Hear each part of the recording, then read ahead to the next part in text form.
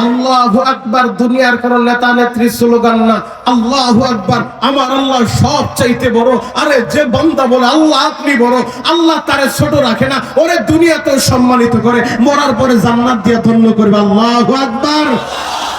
আজকে মুসলমান আমরা এত নির্যাতিত নিপীড়িত কেন? কারণ আমরা আমাদের ইমানি জজবা, ইমানি চেতনা আমাদের কমে গিয়েছে, যার কারণে মুসলমানের উপরে একের পর এক জুলুম আর নির্যাতন। কোরআন থেকে মুসলমান দূরে সরে গিয়েছে, হাদিস থেকে মুসলমান দূরে সরে গিয়েছে। আমরা তো আশা রাখি আগামীকাল রাতের পরে সূর্য যেমনিভাবে উদিত হবে এটা যেমন নিশ্চিত, আর আমরা তো আশা রাখি আগামীর বাংলাদেশ হবে কোরআনের বাংলাদেশ। কথা বলেন ঠিক কিনা? আগামীর বাংলাদেশ হবে ইসলামের বাংলাদেশ। কথা বলেন ঠিক কিনা?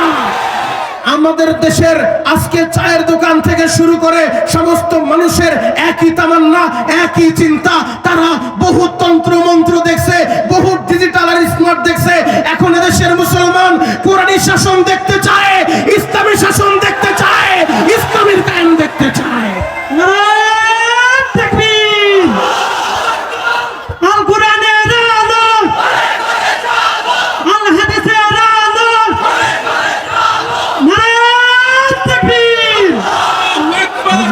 মুসলমান তুমি কোন দল করো? আমি তোমার দলের সাফাই গাইতে আসি নাই, আমি তোমার দলের দালালি করতে আসি নাই। আমি মনিরুল ইসলাম শরীয়তপুরি টেকনাফ থেকে তেতুলিয়া সারা বাংলাদেশে ঘুরে ঘুরে আমার কলিজার টুকরা যুবকদের পায়ে হাত রেখে একটা কথাই বলতে চাই, যুবক এ দুনিয়া চিরস্থায়ী না, দেখতে না দেখতে শেষ হয়ে যাবে। এ যুবক তোমাকেও মরতে হবে, আমাকেও মরতে হবে। তবে তোমার পরিচয় তুমি যুব দলের নেতা এটা পরিচয় না, তোমার পরিচয় শ্রমিক দলের নেতা এটা পরিচয় না, তোমার পরিচয় কোন লীগের নেতা এটা পরিচয় না। আমাদের বড় পরিচয় মুসলমান হিসেবে আমরা এক আল্লাহর বান্দা আর এক নবীর উম্মত। কথা বলেন ঠিক কিনা? এই ময়দানে সব দলের ভাইরা আছেন, বিএনপির ভাইরা যেমন আছেন, অন্য দলের ভাইরাও থাকতে পারেন, জামাতের ভাইরা থাকতে পারেন, ইসলামী আন্দোলনের ভাইরা থাকতে পারেন, খেলাফতের ভাইরা থাকতে পারেন। যেই দলের ভাইরা থাকেন না কেন, আমার বক্তব্য একটাই, ভাই আপনি যে দল করেন, আপনি যেই পীরের মুরিদ হন, হয়তো আপনি দাওয়াত ও তাবলীগে সময় দেন, অথবা চরমনের পীরের হাতে হাত দিয়েছেন, অথবা উজানির মুরিদ হয়েছেন, অথবা সারসিনা যান, অথবা জনপুরীর দরবারে যান, আপনি যে কোনো দরবারে চাইতে পারেন, এটা আপনার ব্যক্তিগত স্বাধীনতা। আপনি যে কোনো দল করতে পারেন, এটা আপনার ব্যক্তিগত স্বাধীনতা। তবে মুসলমান হিসেবে পরিচয় যেহেতু আমাদের এক, আমরা এক আল্লাহর বান্দা, এক নবীর উম্মত, আমাদের কোরআনও এক, আমাদের কাবাও এক, আমাদের মদিনাও এক। তাহলে মুসলমানের ভিতরে আর দলাদলি দেখতে চাই না। মুসলমান হাতে হাত রাখো, ঐক্যবদ্ধভাবে টেকনাফ থেকে তেতুলিয়ায় আমার এই 56,000 বর্গ মাইলের মধ্যে যদি কখনো কোনো কুলাঙ্গার আমার এই কোরআনকে অপমান করে, যদি কখনো কোনো কুলাঙ্গার আমার নবীর চরিত্র নিয়ে ব্যঙ্গ করে, যদি কখনো কোনো কুলাঙ্গার আমার আল্লাহর সামনে কটাক্ষ করে, তখন আর দল দেখবো না, কোন পীরের মুরিদ দেখবো না। ভয়ে ভয়ে হাতে হাত রেখে ওই নাস্তিক যদি মৌচাকের মতো এলাকায় জন্ম নেয়, গাজীপুরে জন্ম নেয়, ওরে হাতের নাগালে পাইলে জুতা দিয়া বাইরে জানটা পুঁতে ফেলতে হবে। কারা কারা আছে?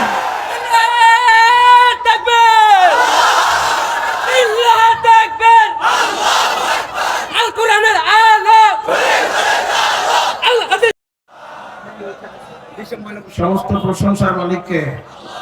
একসাথে বলেন, আর জোরে বলেন।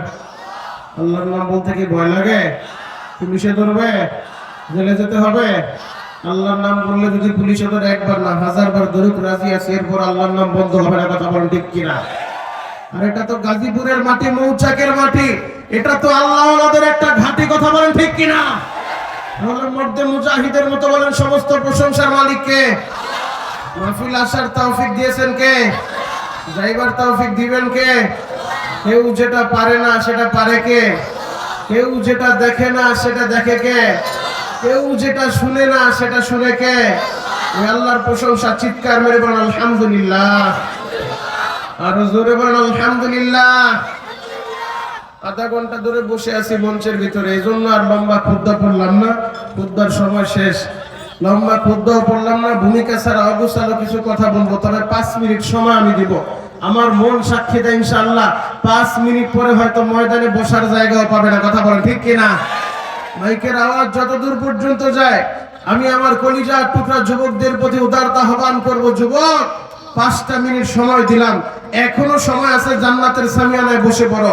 যারাই 5 মিনিটের ভিতরে জান্নাতের সামিয়ানায় আসবে বসবে, আল্লাহ এদের পিছনের জীবনের সব গুনাহ আপনি মাফ করে দেন। চিৎকার মেরে বলেন আমিন।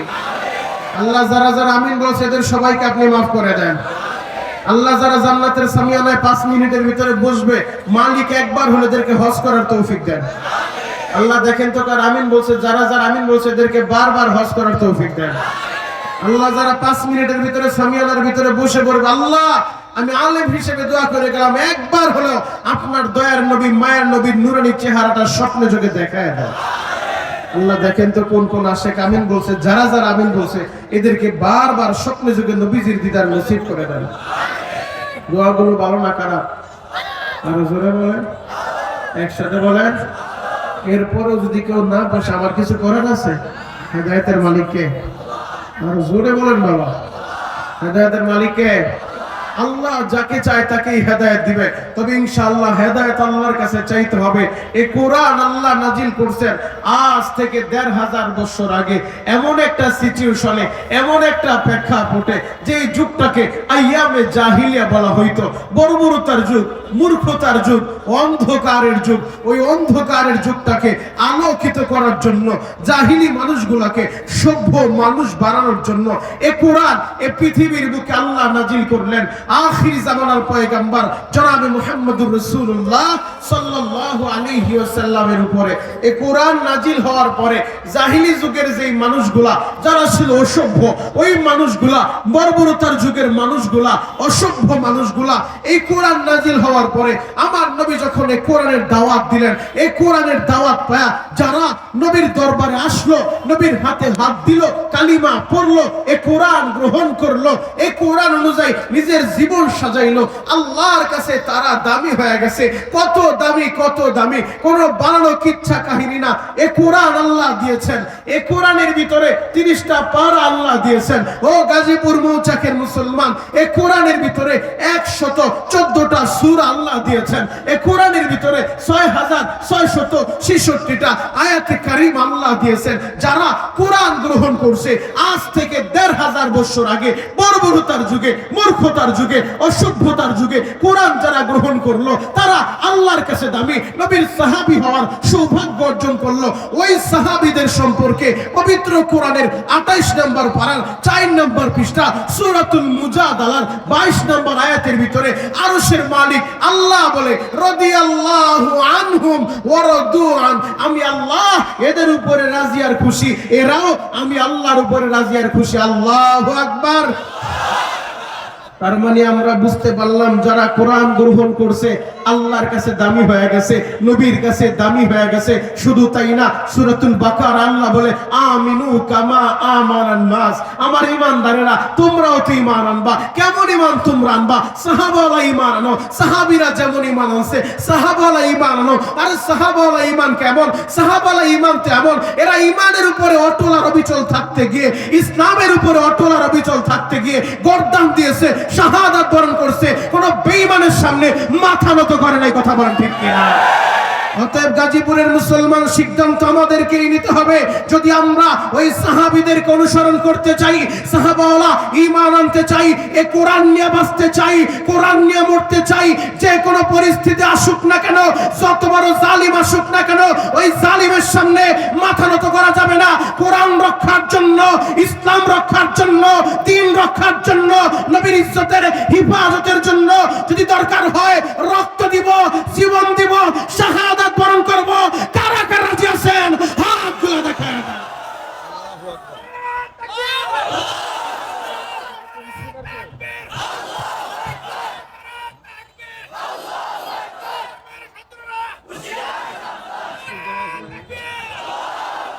আল্লাহ যুবকের কণ্ঠটা হাউজে কাউসারের পানি দিয়ে পরিষ্কার করে দিও। চিৎকার মেরে বলেন আমিন।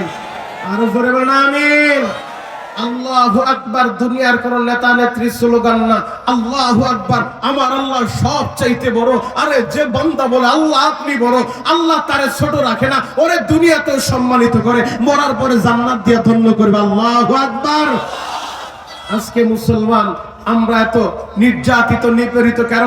কারণ আমরা আমাদের ইমানি জজবা, ইমানি চেতনা আমাদের কমে গিয়েছে, যার কারণে মুসলমানের উপরে একের পর এক জুলুম আর নির্যাতন। কোরআন থেকে মুসলমান দূরে সরে গিয়েছে, হাদিস থেকে মুসলমান দূরে সরে গিয়েছে।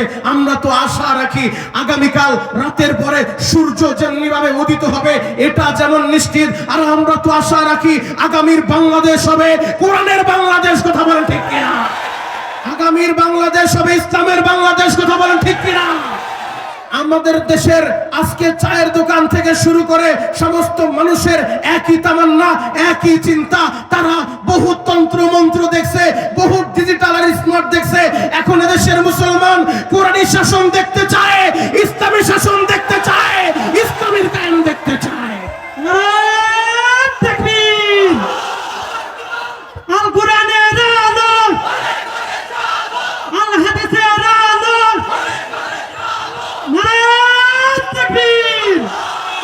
গাজীপুরের মুসলমান, তুমি কোন দল করো? আমি তোমার দলের সাফাই গাইতে আসি নাই, আমি তোমার দলের দালালি করতে আসি নাই। আমি মনিরুল ইসলাম শরীয়তপুরি, টেকনাফ থেকে তেতুলিয়া, সারা বাংলাদেশে ঘুরে ঘুরে আমার কলিজার টুকরা যুবকদের পায়ে হাত রেখে একটা কথাই বলতে চাই, যুবক, এ দুনিয়া চিরস্থায়ী না, দেখতে না দেখতে শেষ হয়ে যাবে। এ যুবক, তোমাকেও মরতে হবে, আমাকেও মরতে হবে। তবে তোমার পরিচয় তুমি যুব দলের নেতা, এটা পরিচয় না। তোমার পরিচয় শ্রমিক দলের নেতা, এটা পরিচয় না। তোমার পরিচয় কোন লীগের নেতা, এটা পরিচয় না। আমাদের বড় পরিচয় মুসলমান হিসেবে আমরা এক আল্লাহর বান্দা আর এক নবীর উম্মত। কথা বলেন ঠিক কিনা? এই ময়দানে সব দলের ভাইরা আছেন, বিএনপির ভাইরা যেমন আছেন, অন্য দলের ভাইরাও থাকতে পারেন, জামাতের ভাইরা থাকতে পারেন, ইসলামী আন্দোলনের ভাইরা থাকতে পারেন, খেলাফতের ভাইরা থাকতে পারেন। যেই দলের ভাইরা থাকেন না কেন, আমার বক্তব্য একটাই, ভাই আপনি যে দল করেন, আপনি যেই পীরের মুরিদ হন, হয়তো আপনি দাওয়াত ও তাবলীগে সময় দেন, অথবা চরমনের পীরের হাতে হাত দিয়েছেন, অথবা উজানির মুরিদ হয়েছেন, অথবা সারসিনা যান, অথবা জনপুরীর দরবারে যান, আপনি যে কোনো দরবারে চাইতে পারেন, এটা আপনার ব্যক্তিগত স্বাধীনতা। আপনি যে কোনো দল করতে পারেন, এটা আপনার ব্যক্তিগত স্বাধীনতা। তবে মুসলমান হিসেবে পরিচয় যেহেতু আমাদের এক, আমরা এক আল্লাহর বান্দা, এক নবীর উম্মত, আমাদের কোরআনও এক, আমাদের কাবাও এক, আমাদের মদিনাও এক। তাহলে মুসলমানের ভিতরে আর দলাদলি দেখতে চাই না। মুসলমান হাতে হাত রাখো, ঐক্যবদ্ধভাবে টেকনাফ থেকে তেতুলিয়ায় আমার এই 56,000 বর্গ মাইলের মধ্যে যদি কখনো কোনো কুলাঙ্গার আমার এই কোরআনকে অপমান করে, যদি কখনো কোনো কুলাঙ্গার আমার নবীর চরিত্র নিয়ে ব্যঙ্গ করে, যদি কখনো কোনো কুলাঙ্গার আমার আল্লাহর সামনে কটাক্ষ করে, তখন আর দল দেখবো না, কোন পীরের মুরিদ দেখবো না। ভয়ে ভয়ে হাতে হাত রেখে ওই নাস্তিক যদি মৌচাকের মতো এলাকায় জন্ম নেয়, গাজীপুরে জন্ম নেয়, ওরে হাতের নাগালে পাইলে জুতা দিয়া বাইরা জানটা পুঁতে ফেলতে হবে। কারা কারা আছে?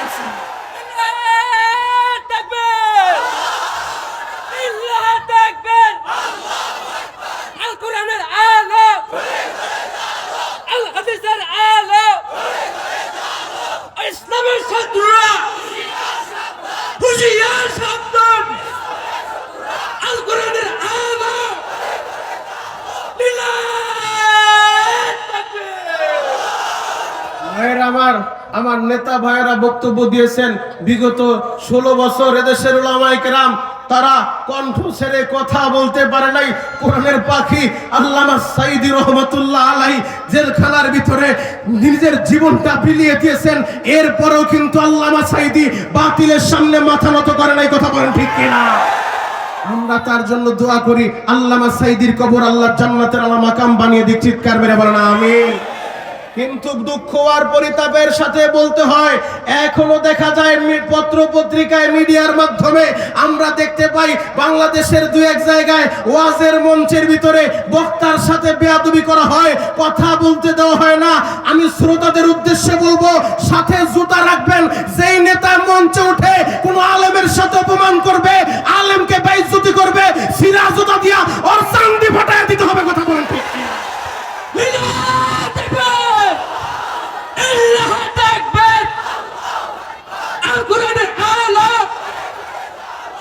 হাদিসের আলো, ইসলামের ছাত্ররা হুঁশিয়ার সাবধান, লিল্লাহ তাকবীর।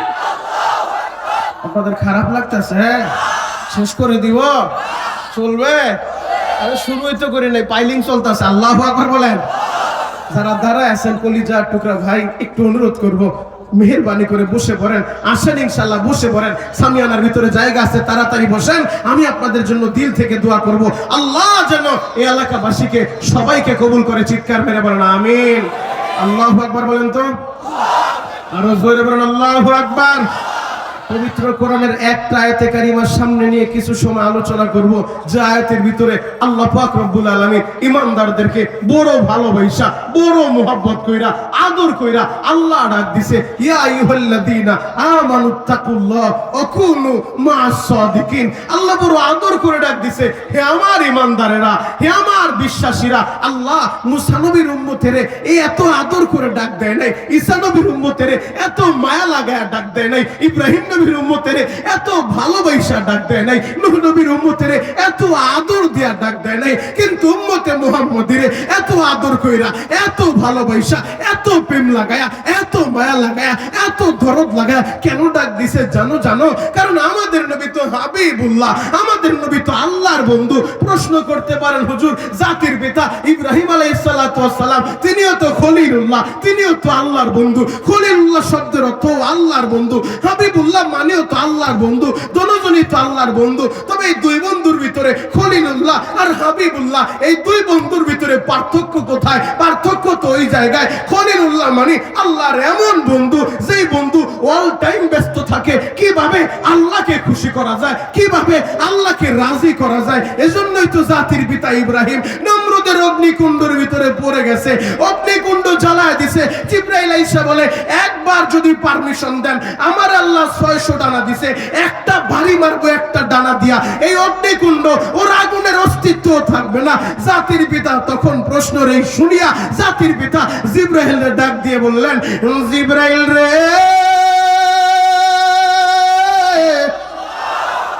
আমি যে নমরুদের অগ্নিকুণ্ডের ভিতরে পড়ছি, নমরুদ আগুন জ্বালাইছে, আমার আল্লাহ কি দেখে না? বলে, হ্যাঁ আল্লাহ তো সবই দেখে। আল্লাহ কি তোমারে পাঠাইছে সাহায্য করার লাইগা? বলে, না আল্লাহ পাঠায় নাই, আমি নিজের থেকে আসছি। জাতির পিতা বলে, ও জিবরাইল, তোমার সাহায্য আমার লাগবে না।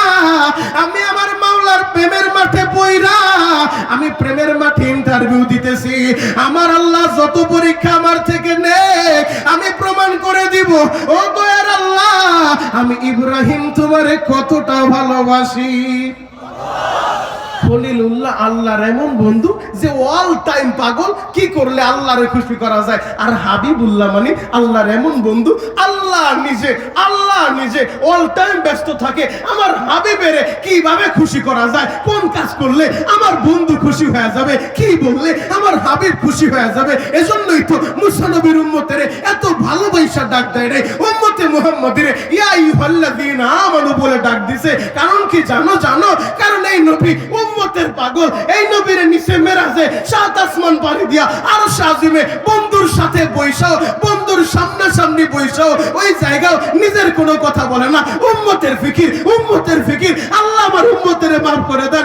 আপনি রব্বুল আলামিন আমারে বানাইছেন রহমাতুল লিল আলামিন, আলহামদুলিল্লাহি রব্বিল আলামিন। আপনি রব্বুল আলামিন আমারে বানাইছেন ওয়া মা আরসালনাকা ইল্লা রাহমাতাল লিল আলামিন। যদি রব এবং রহমত এই দুইটার মাঝখান দিয়া উম্মত জাহান্নামে যাবে কি কইরা? উম্মতের মাফ করে দেন। ময়দানে মাহশারে উম্মতের জন্য পাগল, আল্লাহ জানে উম্মতের খুশি করলে বন্ধু খুশি হয়ে যাবে। এজন্য আল্লাহ ভালোবাসা উম্মতের ডাক দিছে, ও আমার উম্মতেরা, ও আমার ইমানদারেরা, ও আমার বিশ্বাসীরা। আল্লাহু আকবার।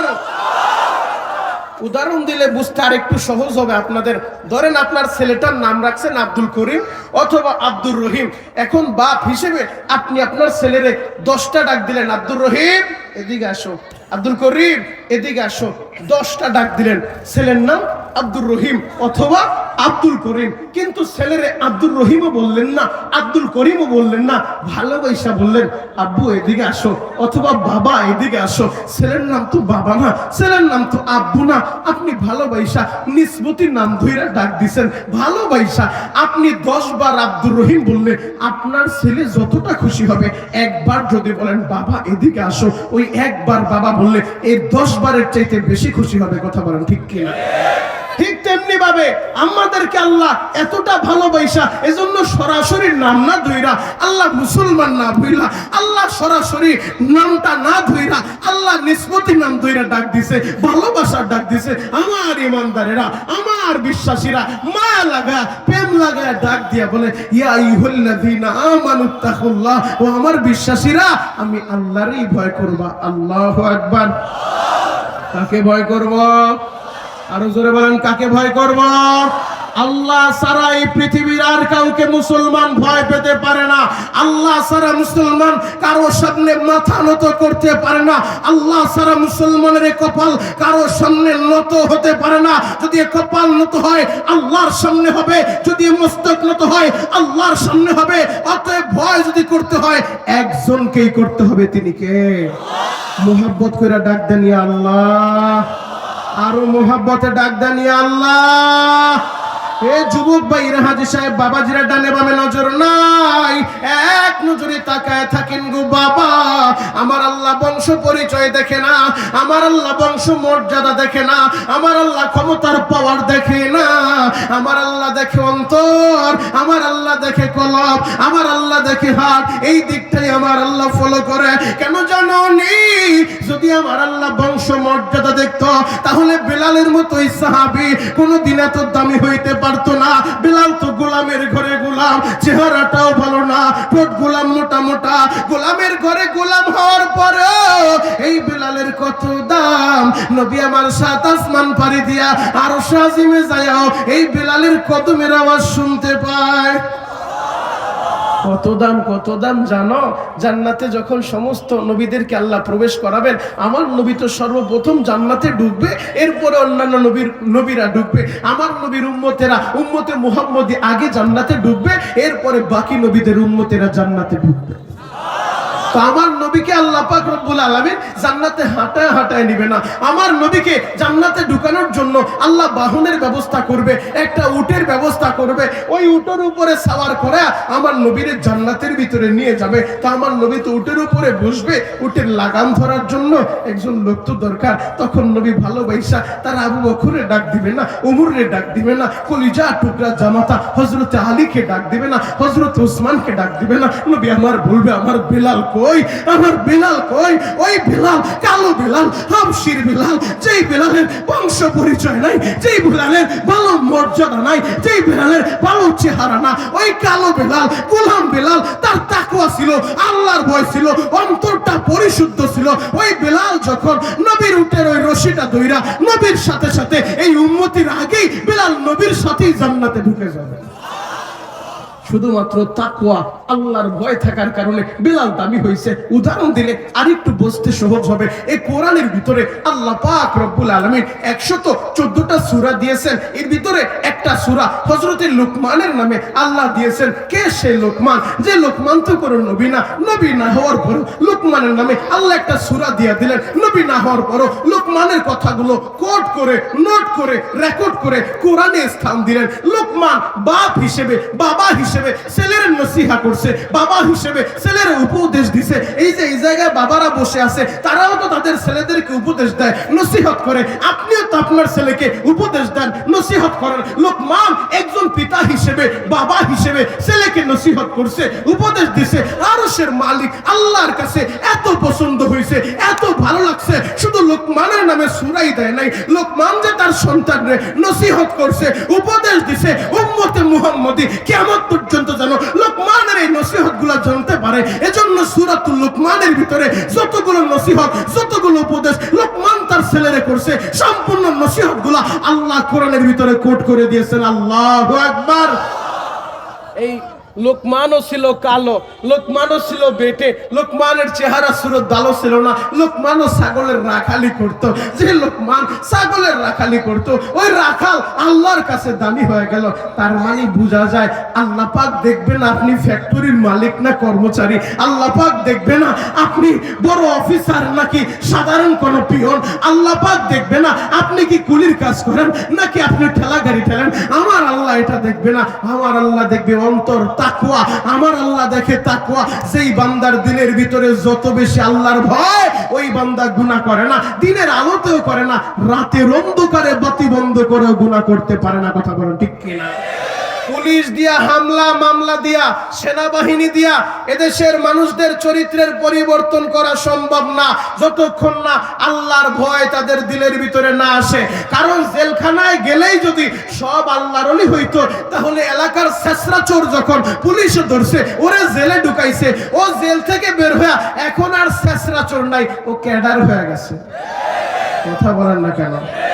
আগে ছিল ছেসরা চোর, এখন জেলখাইটা হইছে ক্যাডার। তার মানে বোঝা যায় জেলে ঢুকলে ওর চরিত্রের পরিবর্তন ঘটবে না। চরিত্রের পরিবর্তন তো তখনই ঘটবে যখন ওর অন্তরের উপরে মেহনত হবে, যখন ওর দিলের ভিতরে আল্লাহর ভয় তৈরি হয়ে যাবে। আল্লাহর ভয় যদি দিলের ভিতরে আসে, ও দিনের আলোতেও ঘুষ খাবে না, টেবিলের নিচেও খাবে না, উপরেও খাবে না, গেট বন্ধ করেও খাবে না। আমার এক পুলিশের ভাইকে দেখলাম, সে ঘুষের টাকা গয়না নেওয়া সুন্নত বইলা, বিসমিল্লাহ বইলা ঘুষের টাকা গয়না নেয়। নাউজুবিল্লাহ বলেন। তাহলে যেই কথাটা বুঝাইতে চাই, অন্তরে যদি আল্লাহর ভয় থাকে, ওই বান্দা গুনাহ করতে পারে। আরো জোরে বলেন পারে। এই তাকওয়ার ব্যাখ্যা লিখতে গিয়ে আল্লামা জালালউদ্দিন সুয়ুতী রহমাতুল্লাহ আলাইহি তাফসীরে জালালাইন কিতাবের লেখক শরহুস সুদুর নামক কিতাবের ভিতরে আল্লাহর ওলি একটা ঘটনা উল্লেখ করছেন। তিনজন ইমানদার, তিনজন যুবক, যাদের দিলের ভিতরে ছিল একমাত্র আল্লাহর ভয়। আল্লাহ ছাড়া কাউকে ভয় পায় না, আল্লাহ ছাড়া কারোর সামনে মাথা নত করে না। জালিম শাসক তার এরিয়ায় আইন করে দিছে, আমার এই দেশে আল্লাহর নাম চলবে না, আল্লাহর নাম ব্যান করে দিলাম, কেউ আল্লাহর নাম নিতে পারবে না। কিন্তু ইমানদার যারা, ওদের দিলের ভিতরে আছে ঈমান, আল্লাহর ভয়, ওরা তো মুত্তাকি। আর মুত্তাকিদের প্রতিদান সোজা আল্লাহর জান্নাত, অন্য কোনো প্রতিদান নাই। মুহতারাম হাজিরিন, ঈমানদাররাও জানায় দিছে আমরা ঈমানদার, আল্লাহর উপর ঈমান আনছি, আল্লাহর উপর ঈমান নিয়ে বাঁচতে চাই, ঈমান নিয়ে মরতে চাই। আল্লাহু আকবার। যদি আপনাদের এই মৌসাক এলাকায় একজন নেতা মাইক্রোফোন হাতে নিয়ে বলে আগামী কাল থেকে কেউ আর এলাকায় আল্লাহর নাম নিতে পারবে না, ওই নেতা এই ঘোষণা দিয়া সুস্থ অবস্থায় বাড়ি পর্যন্ত যাইতে পারবে? আরো জোরে বলেন পারবে?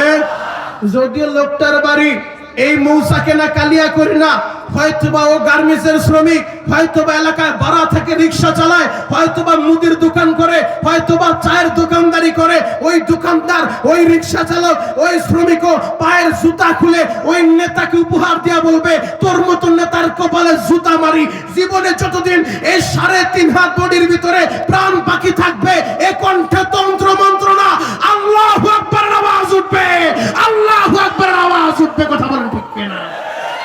মুহতারাম হাজিরিন, ইমানদাররাও জানায় দিছে ইমানের পাওয়ার কত, যে যা কিছু করতে পারেন আমরা আল্লাহর গোলামি করব, আল্লাহ ছাড়া কারোর সামনে মাথা নত করব না। এবার ইমানদারদেরকে গ্রেফতার করে রাজদরবার আনছে। বাচ্চা জিজ্ঞেস করলো, তোমরা নাকি আমার আইনের বিরুদ্ধে গেছো? আমি আইন করছি আল্লাহর নাম চলবে না, তোমরা জানায় দিছো তোমরা আল্লাহর নাম নিবা, কথা কি সত্য? ইমানদারের পাওয়ার কত দেখেন। ইমানদাররা বলে, বাদশা আমাদের ক্ষমতা নাই, আমাদের প্রশাসন নাই, কিন্তু আমাদের আছে ঈমান, আমাদের অন্তরে আছে তাকওয়া, আল্লাহর ভয়। আপনি যা মন চায় করতে পারেন, আমরা ঈমান এনেছি আল্লাহর উপরে, ঈমান নিয়ে বাঁচতে চাই, ঈমান নিয়ে মরতে চাই। আল্লাহু আকবার। জালিম শাসক জানায় দিল, অবস্থা কিন্তু ভালো হবে না। কি হবে? বলে একজন একজনকে ধইরা সবগুলারে শহীদ করব। বলে করতে পারেন। বড় একটা ড্যাগ আনছে, ড্যাগাই না, ড্যাগের ভিতরে তৈল গরম করতেছে, ফুটন্ত তৈল যখন টকবক টকবক করতেছে, এবার 3টা ভাইয়ের বড় ভাইটাকে ধইরা ফুটন্ত তৈলের ভিতরে ছেড়ে দিছে। এই যে আমাদের প্রধান অতিথি, তার বক্তব্যে একটা কথা বলছে যে আমরা মুসলমান, কিন্তু আমরা মুসলমান হিসেবে আমাদের সেই পরিমাণ ইমানি তেজ নাই। কারণ কি জানো?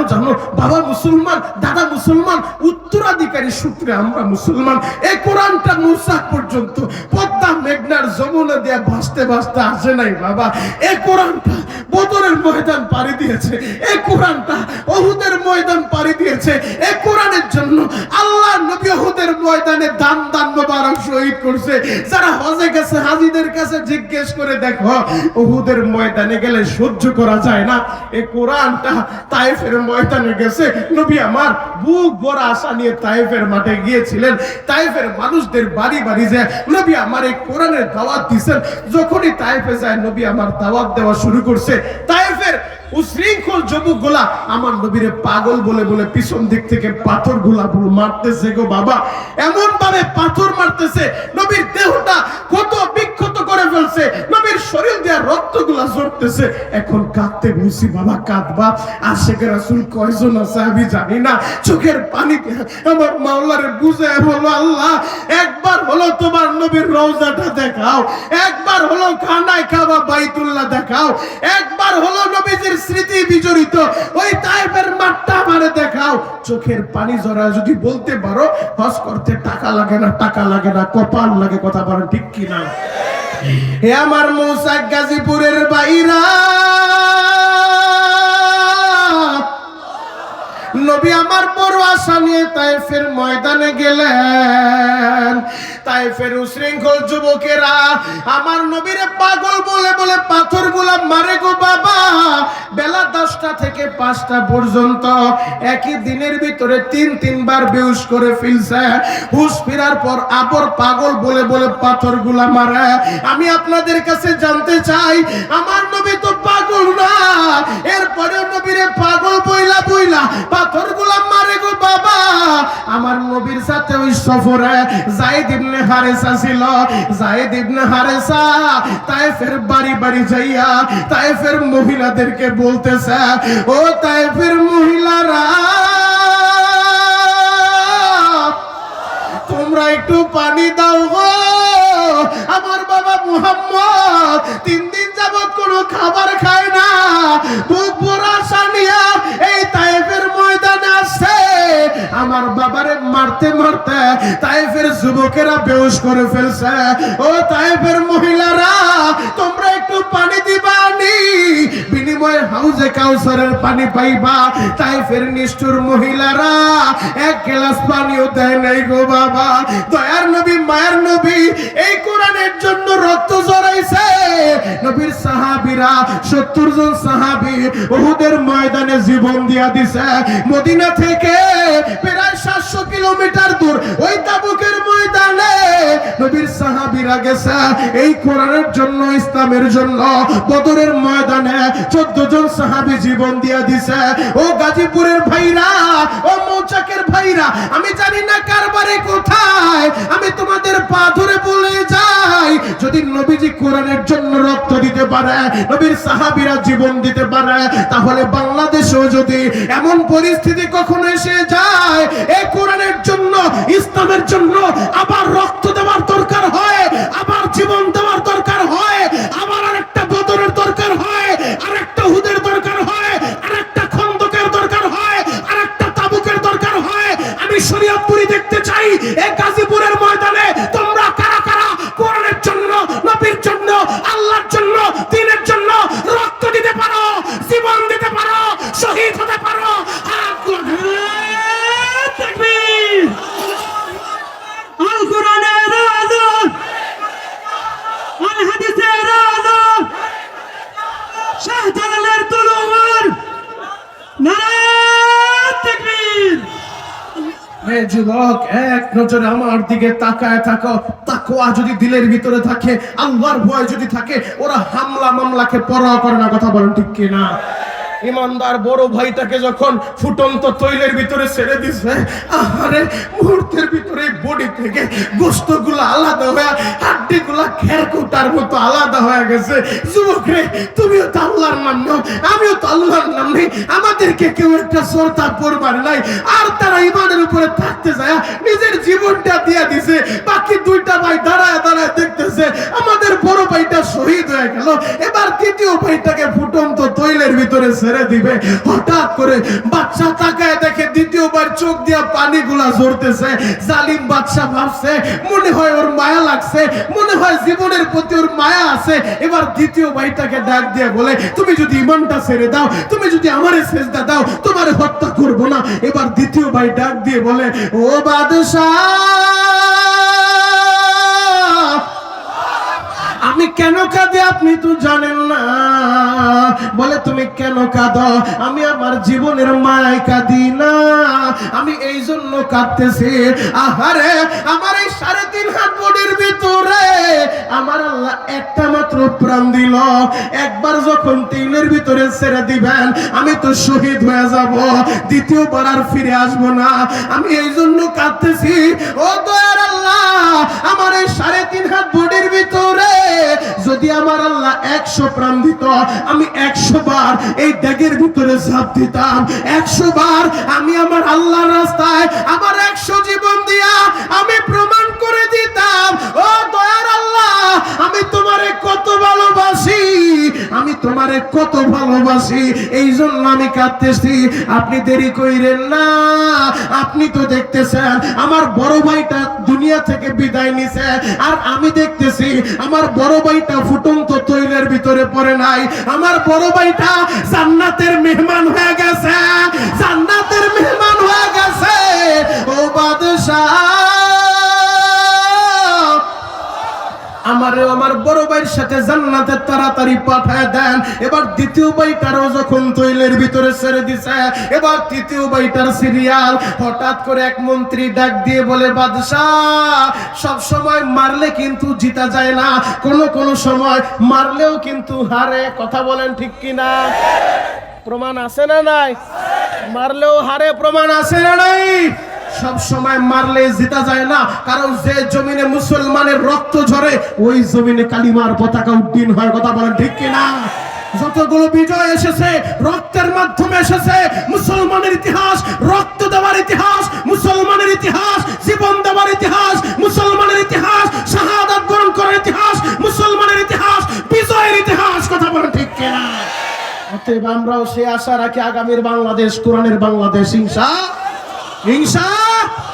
তৃতীয় ভাইটাকে বলতেছে, বাদশা নামদার, ওরে যদি এখন মেরে ফেলেন তাহলে আপনার চতুর্দিকে যত মানুষ দাঁড়ায় আছে তারা সবাই ভাববে এই 3 জন যুবক সজ্ঞানে স্বেচ্ছায় আপনার ফুটন্ত তৈলের ভিতরে পুইরা জীবনটা বিলাইয়া দিল, আপনার হুকুমের সামনে মাথা নত করে নাই, আপনার পায়ের সামনে মস্তকটা অবনত করে নাই, প্রমাণ হয়ে যাবে, সমস্ত মানুষ বুঝে ফেলবে। এদের ভিতরে আপনি ভাবতেছেন 3 জনকে শেষ কইরা দিলেই মনে হয় শেষ। না না না, এমনও হতে পারে সবাই ভাববে আপনার পায়ে সেজদা দেওয়ার ভিতরে কোনো কামিয়াবি নাই, ওই ফুটন্ত তৈলের ভিতরে পইরা যুবকদের মধ্যে জীবন দেওয়ার মধ্যেই কামিয়াবি। কথা বলেন ঠিক কিনা? তাহলে আপনার ক্ষমতা হাতছাড়া, তাহলে কি করা যায়? বলে, বুদ্ধি একটা আছে। কি বুদ্ধি? সময় দিবেন 40 দিন। কয়দিন? সবাই বলেন আরো জোরে। জোর হলো না? ক্ষুধা লাগছে? আমি কই ক্ষুধা লাগছে, কয় 40 দিন। জোশের লগে হুশও ঠিক রেখেন। আল্লাহু আকবার বলেন। খারাপ লাগতেছে? শেষ করে দিব? চলবে? চলবে? কতক্ষণ? সারা রাত? সারা রাত? সবাই থাকবেন? সবাই থাকবেন? আল্লাহকে হাত উঁচু করে দেখান তো কে কে ভাগবেন। এইটাই ঠিক। আপনারাও সারা রাত থাকবেন, আমিও সারা রাত করবো। আল্লাহু আকবার বলেন তো। এ যুবক ভাইরা, হাজী সাহেব, বাবাজিরা ডানে বামে নজর নাই, এক নজরে তাকায় থাকেন গো বাবা। মন্ত্রী বলে, বাদশাহ 40 দিন সময় দিবেন, এই ইমানদার যুবকের একই রুমের ভিতরে আমার মেয়ের সাথে রাইখা দিব। একটা যুবক আর একটা যুবতী একই রুমের ভিতরে 40 দিন থাকলে অটোমেটিক ওই যুবকটা আমার মেয়ের প্রেমের ফান্দে পড়বে, আমার মেয়ের প্রেমের ফান্দে ফালায়া ওরে বেঈমান বানায়া আপনার সামনে নিয়ে আসবো। বাদশা বলে, গুড আইডিয়া, যাও, সময় দিয়া দিলাম, নিয়ে যাও ওরে। এবার ইমানদার যুবকের নিয়ে গেছে, নিয়া মেয়ের হাতটা ধইরা বাবা বলতেছে, মারে, বাদশার কাছে বড় গর্ব করে বলে আসছি তুই বড় সুন্দরী, মারে আমি বলে আসছি বড় আশা নিয়া, যেইভাবে পারস এই যুবকের 40 দিনের ভিতরে তোর প্রেমে আসক্ত বানাবি। মেয়ে বলে, এটা কোনো ঘটনা হইলো? ঠিক আছে, দাও। একই রুমের ভিতরে ঢুকায় দিছে, গেট দরজা লাগায় দিছে। মা যা কিছু দরকার তুই শুধু বলবি, আমি পার্সেল করে দিব। তোদের বাইরে বের হওয়ার কোনো সুযোগ নাই। 40টা দিন একই রুমের ভিতরে কাটাইছে। 40টা দিন পর এখন কাঁদতে বলছি, যুবক কাঁদবা। 40টা দিন পর মন্ত্রী মশাই মেয়ের ডাক দিয়ে বলে, মারে 40টা দিন ইমানদার যুবকের সাথে কাটাইছস, অনেক কিছু তোদের ভিতরে ঘটছে, কিছু কারগুজারি আমারে শোনা, বাদশার সামনে দাঁড়া এত লেকচার দিতে হবে, কিছু ঘটনা আমারে বল। মা কি কি ঘটছে? মেয়েটা মাথাটা নিচের দিকে দিয়া শুধু কান্দে। এবার বাবা বলে, মারে আমি তো তোরে কাঁদতে বলি নাই রে মা, তুই কেন কাঁদস? মেয়েটা বলে, বাবা জীবনে মুসলমানের নাম শুনছি, ইমানদারের নাম শুনছি, চোখে দেখি নাই একই রুমের ভিতরে 40টা দিন এই যুবকের সাথে কাটাইছি গো বাবা। কত দামি দামি গহনা আমি পরছি, কত দামি দামি ড্রেস পরিয়া, আমি সাজসজ্জা করিয়া এই যুবকের সামনে আমি আমার নিজের উপস্থাপন করছি। যতবারই বলছি, যুবক আমার দিকে তাকাও, এই যুবকটা 40টা দিনের ভিতরে একটা দিনও একটা বারো আমার দিকে নজর দিয়া তাকায় নাই গো বাবা, আমার দিকে তাকায় নাই গো বাবা। মেয়েটা কান্দে আর বলে, বাবা গো, এই যুবকটা শুধু বারবার মাথাটা নিচের দিকে দিয়া কান্দে আর বলে, বোন আমার এই চোখ দিছে আল্লাহ কোরআন দেখার লাইগা, আমার এই চোখ দুইটা দিয়া আমি রাস্তা দেখা দেখা মসজিদে যাব, এই চোখ দুইটা দিয়া আমি জান্নাতে যাইয়া আমি আমার আল্লাহরে দেখব, আমি আমার আল্লাহরে দেখব। এই চোখ আমি না পাক করব না। ও সরমুনের পীরের মুরিদেরা, ও তাবলীগের ভাইরা, ও আশিকে রাসূল বাবাজিরা, এখন বসে বসে কাঁদবা। নবী আমার বলে, ওই জান্নাতের ময়দানে কিছু আশিক পাগলের মতো হইয়া ওই জান্নাতের ময়দানে বলতে থাকবে, আমার মাওলাই কই, আমার মাওলাই কই, আমার মাওলাই কই গো। আমার মাওলারে দেখার লাইগা ওই টঙ্গীর ময়দানে 3 দিনের বিছানা বিছাইছি, টঙ্গীতে যা মাওলারে পাই নাই, আমার মাওলারে দেখার লাইগা ওই বরিশাল চরমনের ময়দানে গাট্টি বুস্তা ময়দানে বিছাইছি। 3 দিন ময়দানে ছিলাম, সরাসরি তো মাওলারে দেখতে পাই নাই। আমার মাওলারে দেখার লাইগা এই শীতের সময় ঠান্ডা পানি দিয়ে ওযু বানাইয়া ফজরের সময় মসজিদে চইলা গেছি, আমার মাওলারে দেখতে পাই নাই। আমার মাওলারে দেখার লাইগা জোহরে গেলাম, আসরে গেলাম, মাগরিবে এশায় গেলাম, মাওলারে দেখতে পাই নাই।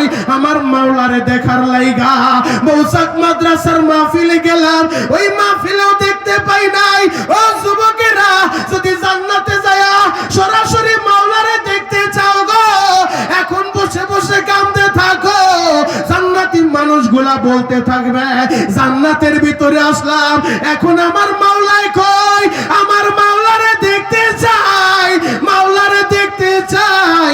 আমার আল্লাহ তখন জান্নাতীদেরকে বলবে, ও জান্নাতীরা, আমি আল্লাহ অবশ্যই তোদের সাথে দেখা দিব।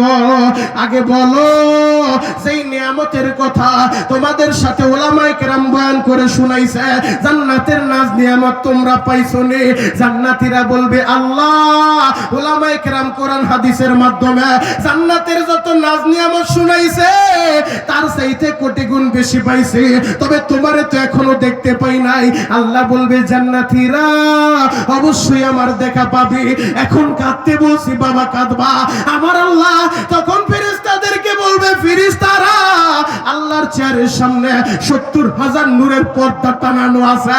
আল্লাহ বলবে, ফেরেশতারা নূরের পর্দাটা উঠা দে, আমি জান্নাতীদের সাথে দেখা দিব, জান্নাতীদের সাথে দেখা দিব।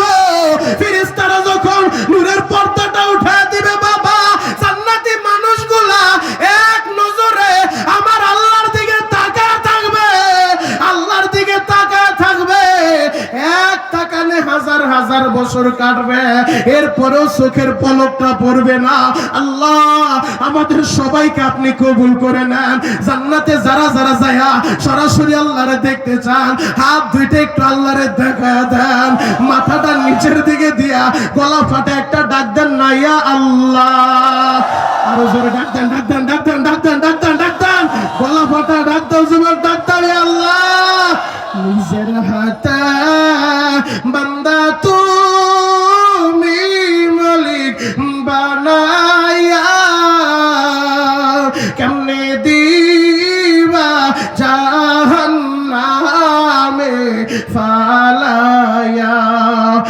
সকলে রয় দরজা হইতে মাওলা ফিরিয়া তোমার দরজায় রইলাম আমরা পড়িয়া। আল্লাহ মজলিসের সবাইরে তুমি কবুল করে নাও, চিৎকার মেরে বলেন আমিন। ইমানদার যুবকের ভিতরে শুধুমাত্র তাকওয়া থাকার কারণে, আল্লাহর ভয় থাকার কারণে ইমানদার 40 দিন একই রুমের ভিতরে থাইকা বেগানার দিকে তাকায় না। তার মানে তাকওয়ার গুণ তার অর্জন হয়ে যাবে। ও সমাজের যত বড় নেতা হোক, ও জনগণের সম্পদ চুরি করবে না, ও জনগণের দেশের সম্পদ বিদেশে পাচার করবে না। এজন্য আগে অন্তরের উপরে মেহনত করতে হবে, আল্লাহর ভয় ঢুকাইতে হবে। কথা বলেন ঠিক কিনা? আল্লাহ সেই কথাটাই বলছি, আইয়ুহাল্লাযীনা আমানুত্তাকুল্লাহ, আমার ঈমানদারেরা আমি আল্লাহরে ভয় করবা, অকুনু মাস সাদিকিন, সত্যবাদীদের সঙ্গী হয়ে যাইবা। যুবক, আমি তোমাদের পায়ে হাত রেখে বলে যেতে চাই, আল্লাহর ভয় থাকলে যে পরিস্থিতি আসুক, ওই ঈমানদারগুলা কখনো আল্লাহ ছাড়া কারো সামনে মাথা নত করে না। আর বিপদে যদি পড়ে আল্লাহর ভয় থাকলে, ওমাইয়াত্তাকিল্লাহ ইয়াজআল লাহু মাখরাজা, আল্লাহ বলে আল্লাহর ভয় থাকলে গুনার পরিবেশ আসছে, আল্লাহ ওর জন্য রাস্তা উন্মুক্ত করে দেয়, ওর পেরেশানি দূর হয়ে যায়, সবকিছু দূর হয়ে যায়, রাস্তা উন্মুক্ত করে দেন কে? জ্বলন্ত আর একটা প্রমাণ দিলে বুঝতে আর একটু সহজ হবে। আল্লাহর নবী হাদিস বয়ান করেন, মুসলিমের ভিতরে হাদিসটি আসছে। আল্লাহর নবী বনি ইসরাইলের যুবকদের ঘটনা বয়ান করেন। 3 জন যুবক, বনি ইসরাইলের জামানায় 3 জন যুবক মরুভূমি দিয়ে সফর করতেছে। হঠাৎ করে বালু ঝড় শুরু হয়ে গেছে। মরুভূমির ভিতরে বালু ঝড় হইলে ওই জায়গায় বাঁচার আর কোনো রাস্তা থাকে না। এই 3 জন যুবক তখন তাৎক্ষণিক একটা পাহাড়ের ভিতরে যায়, দেখে বিশাল বড় একটা গর্ত, গুহার ভিতরে আশ্রয় নিছে। গুহার ভিতরে যখন আশ্রয় নিছে, আল্লাহর খেলা বুঝা বড় দেয়। হঠাৎ করে বিশাল বড় একটা পাথরের টুকরা এসে গুহার মুখটাও বন্ধ করে দিছে। ও গাজীপুরের যুবক, ও মৌসাকের যুবক, আমি তোমাদের কাছে জানতে চাই, বালু ঝড় থেকে বাঁচার লাইগা গুহার ভিতরে ঢুকলো, এখন বিশাল পাথর এইটা গুহার মুখটা বন্ধ করে দিল, ওদের বিপদ কি বাড়লো না কমলো? বিপদটা এখন বাড়ছে। এখন তো বাঁচার আর কোনো রাস্তা নাই। এখন 3 জন যুবক, ওদের বুঝতে আর বাকি নাই, এই জায়গা আমাদের মরণ হবে। তবে আমাদের মরণটা এমন হবে, আমাদের মা বাবা আমাদের মরণের খবর জানবে না, আমাদের এলাকার মানুষ আমাদের মৃত্যুর সংবাদটাও জানবে না। মৃত্যুর সংবাদ জানলে হয়তো আমাদের দাফন কাফন করতো, আমাদের দাফন কাফনও হবে না। 3 জন যুবক পরামর্শে বসছে কি করা যায়। একজন যুবক বলে, ভাই রে, একটা কাজ করো, কোন নেক আমল যদি থাকে, ওই নেক আমলটা ওসিলা বানায় আল্লাহর কাছে দোয়া করো, কারণ নেক আমল ওসিলা বানায় আল্লাহর কাছে দোয়া করলে দোয়া কবুল করেন কে? আরো জোরে বলেন কে? যদি তোমাদের জীবনে এমন কোন আমল থাকে যেটা কাউকে দেখানোর জন্য না, কাউকে খুশি করার জন্য না, একমাত্র আল্লাহকে দেখানোর জন্য, ওই নেক আমলটা ওসিলা বানায় আজকে দোয়া করো। তখন প্রথম যুবকটা বলতেছে, বাইরে আমার জীবনে এমন একটা আমল আছে যে আমলটা করেছিলাম শুধু আল্লাহকে দেখার জন্য, আর কারো ভয় না, আর কারো ভয় না। আমার দিলের ভিতরে আল্লাহর ভয় চলে এসেছিল, আল্লাহকে ভালোবাসা, আল্লাহকে ভয় কইরা আমি গুনাহ থেকে ফিরে আসছিলাম। বলে কিসে কাজ? বলে আমি আমার চাচাতো বোনের প্রেমে আসক্ত ছিলাম, আর আমি ওরে কুপ্রস্তাব দিয়েছিলাম। আমার বোনটা জানতো আমি টাকা পয়সা ম্যানেজ করতে পারবো না, এজন্য লম্বা টাকার একটা অফার আমাকে করছে যে এই পরিমাণ টাকা দিতে পারলে তোর প্রস্তাবে রাজি হব, কারণ ও জানে আমি টাকা ম্যানেজ করতে পারবো না। আমি অনেক কষ্ট করে টাকাগুলো ম্যানেজ করছি, ওর হাতে দিয়া বললাম তোর শর্ত আমি পুরা করছি, আমার শর্ত তুই পুরা কর। ঘরের দরজা লাগাই দিছি, জানালা লাগাই দিছি। আমি যখন ওর শরীরের দিকে হাত বাড়াবো, আমার চাচাতো বোনটা চিৎকার বাইরা বলে, বাইরে ইত্তাকিল্লাহ, আল্লাহকে ভয় কর, আল্লাহকে ভয় কর, আমার ইজ্জতের হেফাজত কর, আমার সতীত্ব নষ্ট করবি না। ও আমার মা বোনেরা, প্রকৃত নারী যারা জীবন দিয়া দিবে, নিজের সতীত্ব নষ্ট হতে দিবে না। কথা বলেন ঠিক কিনা? মেয়েটা বলতেছে, ভাই আল্লাহকে ভয় কর, আমার চরিত্র নষ্ট করিস না। এই কথাটা যখন বলছে, যুবকের দিলের পরিবর্তন আল্লাহ ঘটায় দিছে।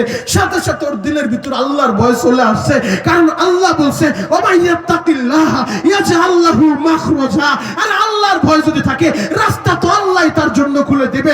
ইউসুফ আলাইহিস সালাতু ওয়াস সালামকে জুলাইখা তার মনের বাসনা পুরা করার লাইগা রুমের ভিতরে ঢুকাইছে, 7টা দরজায় তালা লাগায় দিছে, চাবিগুলো নিজের কাছে নিয়ে নিছে। ইউসুফ নবীর কাছে চাবিগুলো নাই, ইউসুফ নবীরে দিয়া নিজের বাসনা পুরা করতে চাইছে। এবার জুলাইখা যেই খোদার ইবাদত করত, খোদারেও সুন্দর একটা পর্দা দিয়া ঢাইকা রাখছে। ইউসুফ নবী বলে, এটা কি করছো? বলে, এটা আমার খোদা, এর ইবাদত আমি করি, আমি এর পর্দা দিয়া ঢাইকা রাখছি, আমরা যে এই জায়গায় কিছু করলে আমার খোদা যেন দেখতে না পায়। ইউসুফ নবী বলে, জুলাইখা রে, তোমার খোদারে পর্দা দিয়া ঢাইকা রাখা যায়, আর আমি এমন এক আল্লাহর গোলামি করি, লা তাখুদুহু সিনাতু ওয়ালা নাওম, আমার আল্লাহ ঘুমায় না, আমার আল্লাহ জীবনীও দেয় না, আরে আমার আল্লাহর চোখ ফাঁকি দেওয়ার কোনো সুযোগ নাই। তখন ইউসুফ নবী দেখতেছে 7টা দরজায় তালা লাগায় দিছে, কিন্তু ইউসুফ নবী গুনাহ করবে না, তার জন্য আল্লাহ রাস্তা খুলে দিছে। ইউসুফ নবী যখন আল্লাহু আকবার বলে তিনি যখন দৌড় শুরু করছে, ইউসুফ নবী জানে দরজার তালা লাগানো, তালার চাবিটাও জুলাইখার কাছে, জানার পরও দরজার দিকে যখন দৌড় মারছে, সে চেষ্টা করছে, ওমাইয়াত্তাকিল্লাহা ইয়াজআল লাহু মাখরাজা, আমার আল্লাহ সাথে সাথে চাবি ছাড়া ওই জুলাইখার রাজ দরবারের 7টা দরজা টাস টাস করে খুলে গেছে। আল্লাহু আকবার। ওই আল্লাহ আছে না নাই? আরো জোরে বলতে হবে, আছে না নাই? এবার ওই বনি ইসরাইলের যুবকটা বলে, বাইরে আমার দিলের ভিতরেও তো আছে আল্লাহর ভয়। আমি তখন চিৎকার মাইরা ঘর থেকে বের হয়ে গেলাম, আর কোনোদিন চাচাতো বোনের সামনে পড়ি নাই, ওই টাকাগুলাও ফিরে আনতে যাই নাই। ওই গুহার মধ্য থেকে যুবক কান্দে আর বলে, মালিক রে, ওই দিন যে গুনাহ থেকে ফিরেছিলাম তোমারে খুশি করার লাইগা, ও দয়ার আল্লাহ, যদি কাজটা পছন্দ হয় গো দাও না আজকে বিপদ থেকে উদ্ধার কইরা। বাকি 2টা যুবক আমিন আমিন বলতেছে, সাথে সাথে আমার আল্লাহর রহমতের বাতাস দিয়া গুহার মুখ থেকে পাথরটা কিছু দূর সরায় দিছে। সুবহানাল্লাহ। আগামী বছর বললেন, কারণ বইলা এবার বললে সুবহানাল্লাহর আওয়াজ হবে তো ইনশাআল্লাহ। সুবহানাল্লাহর আওয়াজ হইলে ওয়াজ হবে না, তো আজ এই জায়গায় শেষ বলবো। আল্লাহু আকবার বলেন তো। যখন এই নেক আমলের ওসিলা দিয়ে আল্লাহর কাছে দোয়া করছে, সাথে সাথে রহমতের বাতাস দিয়া আমার আল্লাহ গুহার মুখ থেকে 3 ভাগের 1 ভাগ পাথরটা সরায় দিছে। এবার আলো বাতাস যাইতে শুরু করছে। এবার দ্বিতীয় যুবক বলে, ভাইরে আমার জীবনে তেমন একটা ব্যক্তিগত নেক আমল আছে। বলে, কিসের নেক আমল? ভাইরে আমার বাড়িতে একজন শ্রমিক কাজ করতো, বিকালবেলা ওর সাথে আমি ঝগড়া লেগে গেছি, বাঘ বিতণ্ডা হয়ে গেল। ও রাগ কইরা, কিছু শ্রমিক আছে দেখবেন রাগ একটু বেশি, ওরা সহ্য করতে পারে না, ও রাগ করে চলে গেছে। ও যখন রাগ করে চলে গেছে, আমি চিন্তা করলাম সারাদিন তো শ্রম দিছে, আর ইসলামের শিক্ষা হলো, নবীর শিক্ষা হলো, শ্রমিকের ঘাম শুকানোর আগে তাদের পারিশ্রমিক পরিশোধ করতে হবে। কথা বলেন ঠিক কিনা? আজকে কিছু অসাধু শিল্পপতি আছে যারা শ্রমিকের রক্ত চোষার টাকা দিয়ে বিদেশে বাড়ি বানায়, ওই আমেরিকায় বাড়ি বানায়, লন্ডনে বাড়ি বানায়, শ্রমিকের মূল্য পরিশোধ করে না। ওদের পরিণতি ভালো হবে না, ওরা দুনিয়াতেও মরবে, মরার পরে ওদের জন্য জাহান্নাম অপেক্ষা করে। কথা বলেন ঠিক কিনা? বান্দার হক আল্লাহ ক্ষমা করবে না, নামাজ পড়েন নাই, রোজা রাখেন নাই, চাইলে মালিক মাফ করবে, কিন্তু শ্রমিকের টাকা আপনি আত্মসাৎ করে বড়লোক হবেন, বেগম পাড়ায় পানি বানাবেন। ও শিল্পপতি সাহেব, কান খুলে শুনে রাখেন, সকালবেলার বহুত ধনীরে আল্লাহ বিকালবেলা ভিক্ষার ঝুড়ি ধরা চৌরাস্তায় বসায় দিছে। কথা বলেন ঠিক কিনা? আপনাকেও চৌরাস্তায় বসাইতে আল্লাহর সময় লাগবে না। এজন্য আপনাদের উদারত আহ্বান করব, শ্রমিকের ঘাম শুকানোর আগে তাদের পারিশ্রমিক পরিশোধ করতে হবে। কথা বলেন ঠিক কিনা? ওই যুবকটা বলতেছে, আমার শ্রমিক রাগ কইরা চলে গেছে, কিন্তু সারাদিন তো শ্রম দিছে, ওর টাকাটা নষ্ট করি নাই, এটা তো বান্দার হক। আমি ওই টাকা দিয়ে একটা ছাগল ক্রয় করছি, ছাগল ক্রয় করার পরে আস্তে আস্তে ওই ছাগলে বাচ্চা দিছে, দিতে দিতে অনেক বছর পরে ছাগলের একটা পাল হয়ে গেছে। দীর্ঘ অনেক বছর পর ওই শ্রমিকটা এসে বলে, ভাই আপনার বাড়িতে আমি একদিন কাজ করছিলাম, রাগারাগি কইরা চইলা গেছি, আজকে বিপদে পড়ে আবার আপনার দরবারে আসছি, আমার ওই টাকাটা দিলে আমার একটু উপকার হইতো। অনেক শ্রমিক শ্রমিক কেমন আছে, রাগ করে চইলা গেছে, অনেক বছর পর বিপদে বললে কোনো রাস্তা দেখে না, তখন আবার মালিকের কাছে লজ্জা শরম বাদ দিয়ে আসে, আমার ওই টাকাটা দেন। তো ওই শ্রমিকও ফিরে আসছে, যখন আসছে যুবকটা বলতেছে, যেহেতু তোমার আমি অনেক বছর খুঁজছি, তোমারও উপায় নাই, আজকে যেহেতু আসছো, শোনো শোনো, ওই যে তাকায় দেখো মাঠের ভিতরে যতগুলো ছাগল দেখা যায়, ওই ছাগলের পালের মালিক তুমি, পুরা ছাগলের পালটা নিয়ে যাও। তখন শ্রমিক ধমক দিয়া বলে, আমরা গরিব হইতে পারি, মজা করেন, মস্কারি করেন, আরে আপনার কাছে বাবা একদিনের শ্রম, আর আপনি আবার ছাগলের পাল দেখায় দেন, কাটা গায়ে লবণ ছিটা দেন না, আমি বিপদে পড়ছি দেখা।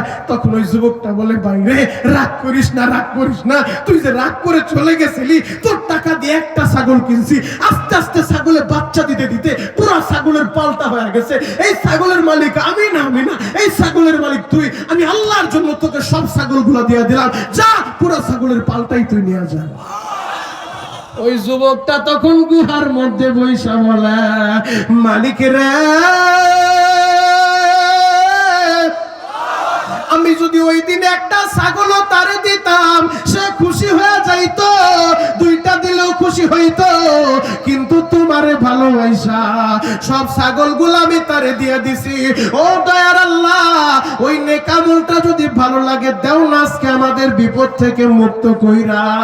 আমার আল্লাহ রহমতের বাতাস দিয়া ওই গুহার মুখ থেকে ওই পাথরটা আরো কিছু দূর সরা দিছে, আরো কিছু দূর সরা দিছে। এবার তৃতীয় যুবকটা বলে, ভাই আমার জীবনেও তো একটা নেক আমল আছে, আমি দুনিয়ার কাউকে দেখানোর জন্য করি নাই, আল্লাহর রাজি খুশি করার জন্য করছি। ও যুবকেরা, জীবনের হিসাব মিলাও গো, তোমাদের জীবনে কোনো নেক আমল আসেনি যেটা আল্লাহরে খুশি করার জন্য করছো?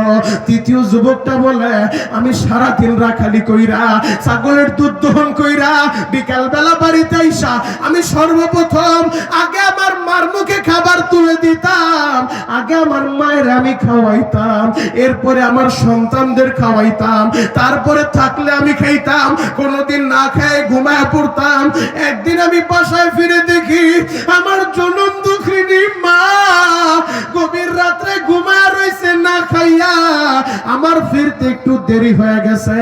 আমি চিন্তা করলাম, এই মুহূর্তে যদি আমি আমার মায়ের ডাক দিই গো, কাঁচা ঘুমটা ভাঙা গেলে আমার মা কষ্ট পাবে, আবার না খেয়েও ঘুমায় আছে, কি করা যায়? আমি ডাক না দিয়া দুধের পেয়ালাটা হাতে নিয়া আমি আমার মায়ের মাথার কাছে দাঁড়িয়েছিলাম।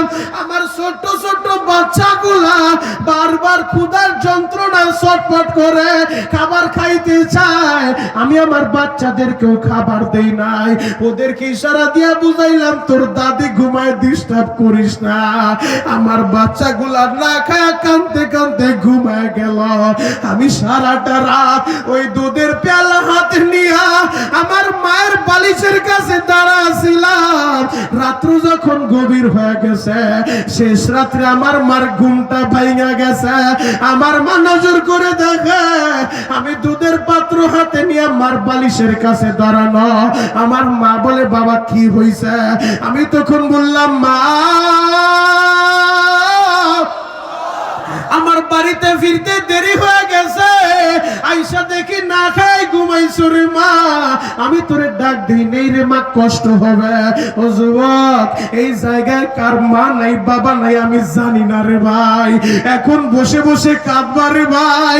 ওই মায়ের যারা মাটি দিস ওই হাত দুইটা দিয়া, ওই বাবারে যারা মাটি দিস ওই হাত দিয়া, এখন বসে বসে কাঁদতে থাকো।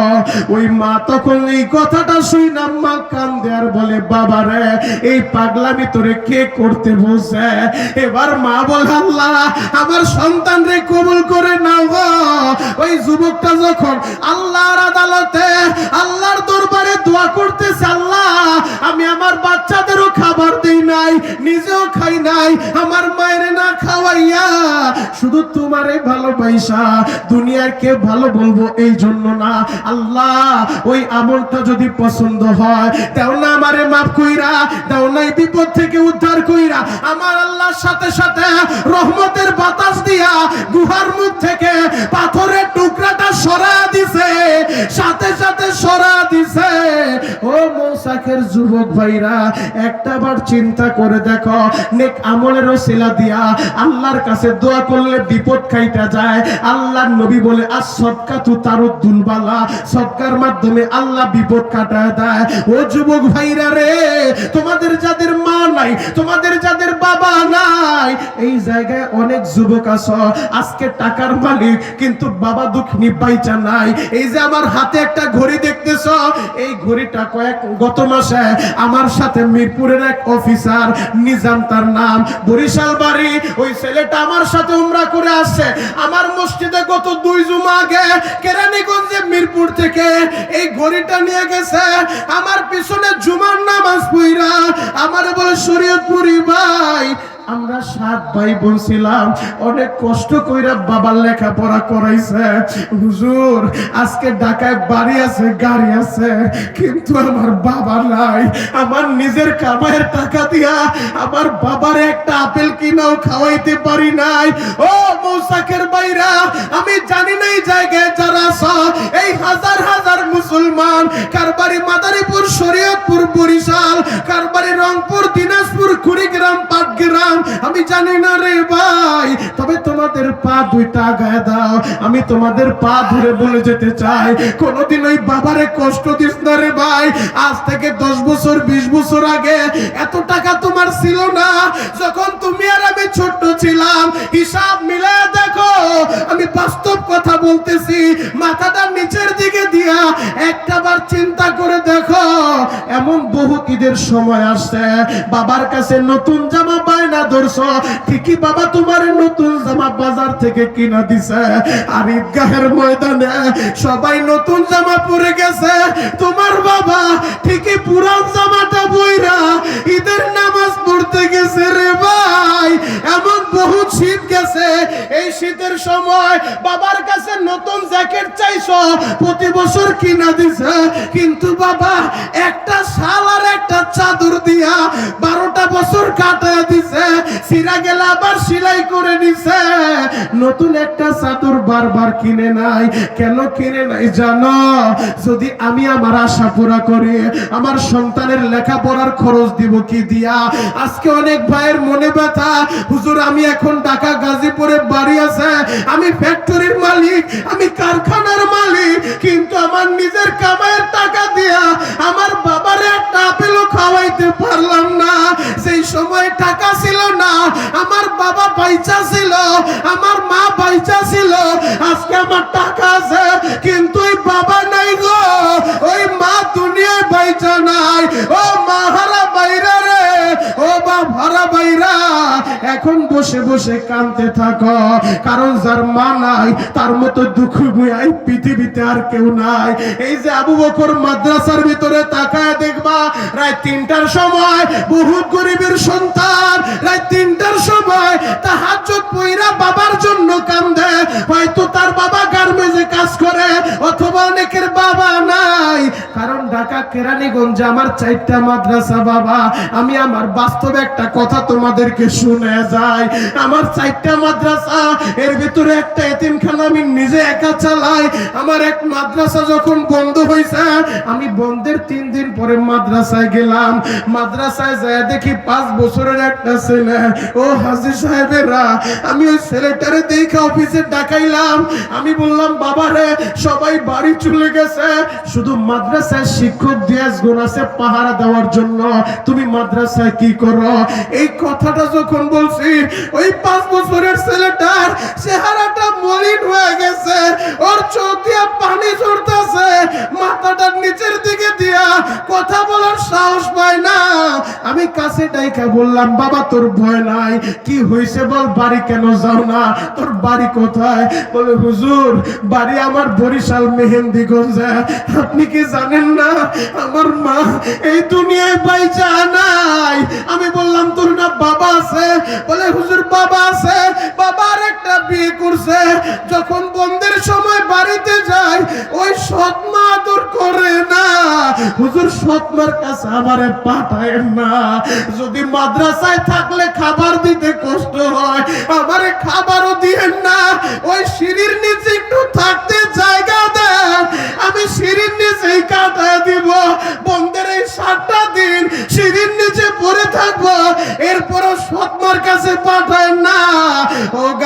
যুগের যুবক, এই ময়দানে নজর করে দেখো আমার কত মাহারা ভাইরা, এই যে দেখো কিভাবে চিল্লায় চিল্লায় কান্দে। হয়তো মনে পড়ে গেছে হুজুর আমারও তো মা নাই গো, 10 বছর আগে মায়ের মাটি দিলাম, 5 বছর হয়ে গেল মায়ের মা বলে ডাকতে পারি না। আল্লাহ আমার এই ভাইদের মা বাবারে মাফ করো। এই যে সামনে বৈশা বৈশা আমার ভাইরা কিভাবে কান্দে। ও আরশের মালিক, তোমার কি মা লাগে না? তোমার নবী না বলছে হুমা জান্নাতুকা ওয়া নারুকা? তোমার নবী না বলছে মা হারা সন্তানগুলা যদি চোখের পানিটা ছেড়ে দেয় তুমি সাথে সাথে মা বাবারে মাফ করে দাও। আল্লাহ তাকা দেখো, এই যে আমার ভাই কান্দে, চিল্লা চিল্লা কান্দে। আল্লাহ তার মায়ের মাফ করে দাও, আল্লাহ তার বাবারে মাফ করে দাও। আলেম উলামা কান্দে, নাবালেগ বাচ্চাগুলা কান্দে। আল্লাহ তোমার কি মায়া লাগে না? আমি দেখতে চাই এই মাঠে কার কার মা নাই বাবা নাই। যার একজন মারা গেছে একটা হাত উঁচা করেন, তার 2 জন মারা গেছে 2টা হাত উঁচা করেন। আল্লাহ তাকায় দেখো, আমার ডান পাশে অতিথিরা বসে আছে, মা নাই বাবা নাই। আল্লাহর সামনে আমার যুবক ভাইরা অনেকের মা নাই বাবা নাই। আল্লাহ এদের মা বাবার কবর এখনই জান্নাতের বাগান বানা দাও। চিৎকার মেরে বলেন আমিন। যুবক ভাই, যদি নেক আমল অ্যাকাউন্টে থাকে, ওই নেক আমলের ওসিলা দিয়ে আল্লাহর কাছে দোয়া করলে আল্লাহ যদি বিপদ থেকে মুক্ত করতে পারে। যুবক রে, তোমাদের জীবনে কেমন কোন নেক আমল আছে? যদি ধরা পইরা যাও হাসরের মাঠে, এমন কোন পার্সোনাল অ্যাকাউন্টে এমন কোন নেক আমল আছে যেটা দিয়ে আল্লাহরে বলতে পারবো আল্লাহ ওই দিনের আমলটা তোমারে খুশি করার জন্য ছিল, দেও না মাফ কইরা। ওই বনি ইসরাইলের যুবকদেরকে যদি আল্লাহ মাফ করতে পারে, আমাদেরকে কেন পারবে না? অবশ্যই পারবে রে ভাই। আমার তোমাদের অ্যাকাউন্টে এমন কোন আমল আছে? আমি তোমাদের পা ধরে বলতে চাই, আমি জানি তোমরা জীবনে অনেক দান করছো, অনেক নামাজ পড়ছো, অনেক রোজা রাখছো। আমি শরীয়তপুরি মাত্র কয়েকদিন আগে খানায় কাবা বাইতুল্লাহ থেকে আসছি। হয়তো আমার তেমন এলেম নাই, কালাম নাই, তবে এই হাত 2টা দিয়া আমি বহুতবার খানায় কাবা ধরছি। এই হাত 2টা দিয়া বহুতবার হাজর আসর ধরছি। আল্লাহ কবুল করলে আবার এই রমজানে যাব, আমি তোমাদের জন্য দোয়া করব। ও যুবক, আজকের এই আমল শুধুমাত্র আল্লাহরে খুশি করার জন্য, মারহাবা পাওয়ার জন্য না, মানুষকে দেখানোর জন্য না। আল্লাহ তোমার 1000 কোটি টাকার মালিক বানাবে, মক্কা মদিনা দেখাবে। তোমার বাবা নাই মা নাই, বাবা থাকলে খাইতো না, মা থাকলে খাইতো না।